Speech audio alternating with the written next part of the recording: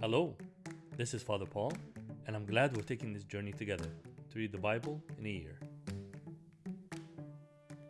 Yesterday we heard about the visit of the Lord to Abraham and a prophecy he gave him regarding the birth of a son from Sarah.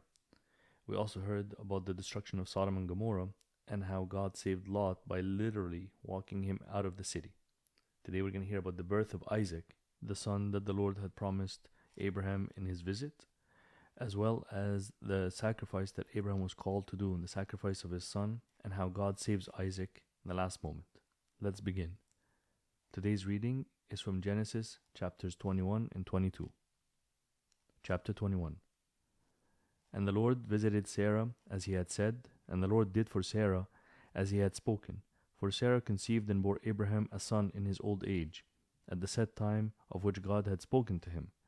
And Abraham called the name of his son, who was born to him, whom Sarah bore to him, Isaac.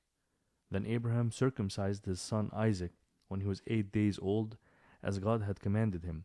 Now Abraham was 100 years old when his son Isaac was born to him. And Sarah said, God has made me laugh, and all who hear will laugh with me.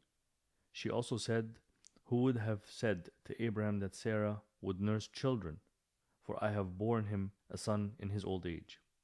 So the child grew and was weaned, and Abraham made a great feast on the same day that Isaac was weaned. And Sarah saw the son of Hagar the Egyptian, whom she had borne to Abraham, scoffing.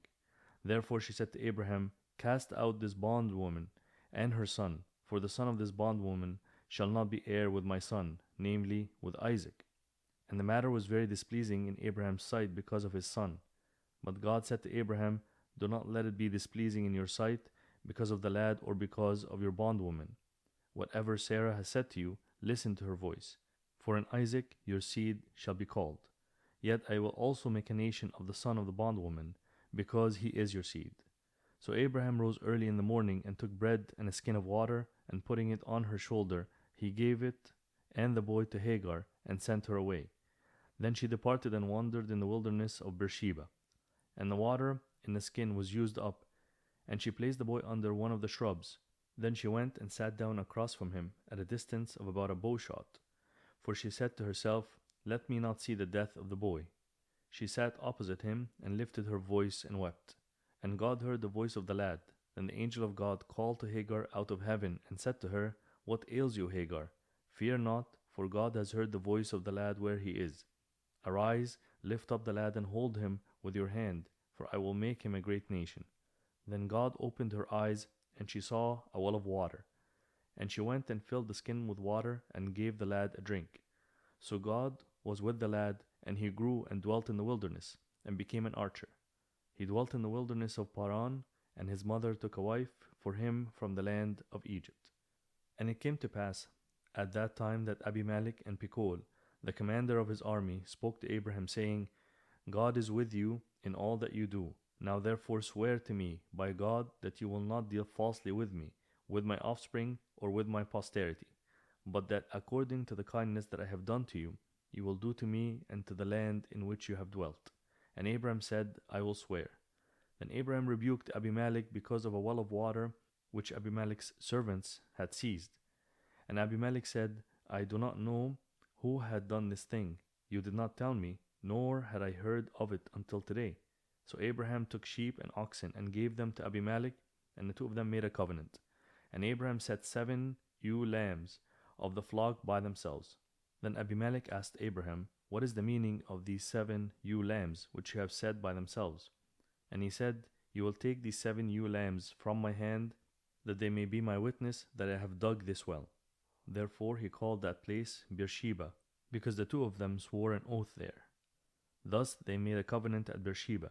So Abimelech rose with Pichol, the commander of his army, and they returned to the land of the Philistines.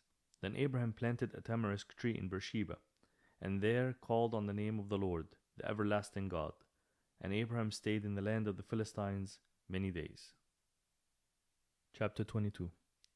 Now it came to pass after these things that God tested Abraham, and said to him, Abraham. And he said, Here I am. Then he said, Take now your son, your only son Isaac, whom you love, and go to the land of Moriah, and offer him there as a burnt offering on one of the mountains which I shall tell you. So Abraham rose early in the morning and saddled his donkey, and took 2 of his young men with him, and Isaac his son. And he split the wood for the burnt offering, and arose and went to the place of which God had told him. Then on the 3rd day Abraham lifted his eyes and saw the place afar off. And Abraham said to his young men, Stay here with the donkey, the lad and I will go yonder and worship, and we will come back to you. So Abraham took the wood of the burnt offering and laid it on Isaac his son, and he took the fire in his hand and a knife, and the 2 of them went together. But Isaac spoke to Abraham his father and said, My father. And he said, Here I am, my son. Then he said, Look, the fire and the wood, but where is the lamb for a burnt offering? And Abraham said, My son, God will provide for himself the lamb for a burnt offering. So the 2 of them went together. Then they came to the place of which God had told him, and Abraham built an altar there and placed the wood in order. And he bound Isaac his son and laid him on the altar upon the wood. And Abraham stretched out his hand and took the knife to slay his son. But the angel of the Lord called to him from heaven and said, Abraham, Abraham. So he said, Here I am. And he said, Do not lay your hand on the lad, or do anything to him. For now I know that you fear God, since you have not withheld your son, your only son, from me. Then Abraham lifted his eyes and looked, and there behind him was a ram caught in a thicket by its horns. So Abraham went and took the ram and offered it up for a burnt offering instead of his son. And Abraham called the name of the place, The Lord will provide. As it is said to this day, In the mount of the Lord it shall be provided. Then the angel of the Lord called to Abraham a second time out of heaven, and said, By myself I have sworn, says the Lord, because you have done this thing, and have not withheld your son, your only son. Blessing I will bless you, and multiplying I will multiply your descendants as the stars over the heaven, and as the sand which is on the seashore. And your descendants shall possess the gate of their enemies. In your seed all the nations of the earth shall be blessed, because you have obeyed my voice. So Abraham returned to his young men, and they arose and went together to Beersheba, and Abraham dwelt at Beersheba. Now it came to pass after these things, that it was told Abraham, saying, Indeed, Milcah also has borne children to your brother Nahor, Oz his firstborn, Boz his brother, Kemuel the father of Aram, Chesed, Hazo, Pildash, Yidlaph, and Bethuel. And Bethuel begot Rebekah. These 8 Milcah bore to Nahor, Abram's brother. His concubine, whose name was Reumah, also bore Teba, Gaham, Tahash, and Maacah.